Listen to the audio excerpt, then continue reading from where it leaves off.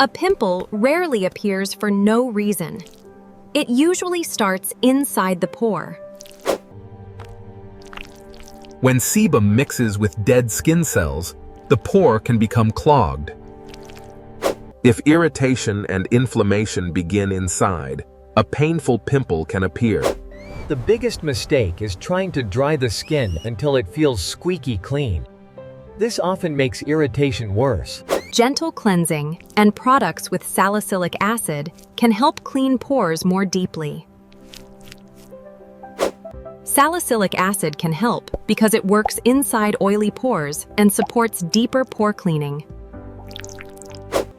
But if you use acids too often, you can damage the skin barrier. Start gradually.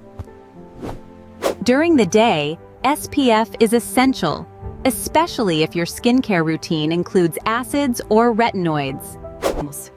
Acne does not disappear overnight. Consistency, gentle skincare, and patience matter more than aggressive treatment.